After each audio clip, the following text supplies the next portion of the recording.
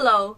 Today I'm going to show you how to use a short division method and how to express your remainder as decimals. I'm going to divide 9,790 by 8 and I'm going to express my remainder as decimals. The first question I'm asking myself is how many times does 8 go into 9? Well, 8 goes into 9 one time, because I know that 8 times 1 is 8, and what's left over? We had 9. I've got 8 left over 1.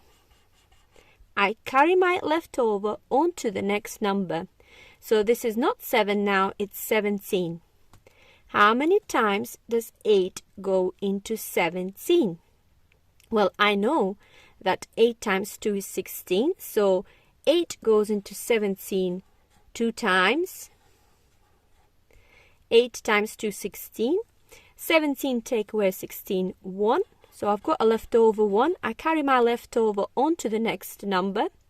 How many times does 8 go into 19? 2 times again. Because 8 times 2 is 16, but I had 19. What's the leftover? 19 take away 16. Leftover 3. I carry my leftover onto the next number. How many times does 8 go into 30? Well, I know that 8 times 3 is 24, but 8 times 4 is 32. 4 times is too many, so I'm choosing 3. 8 goes into 33 times, because 3 times 8 is 24, but I had 30. What's left over? 30 take away 24. 6. I've got a leftover 6. Remainder 6. But I don't want to use my remainder like that. I want to express it as decimals. So what I'm going to do, I'm going to put a decimal point here and a decimal point here. I'm going to put zeros as placeholders.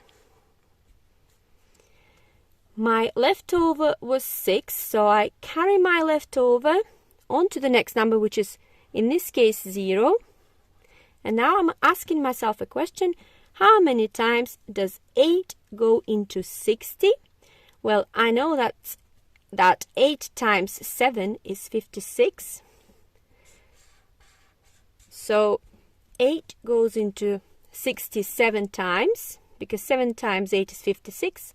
A leftover, what's the leftover? I had 60. 8 times 7, 56.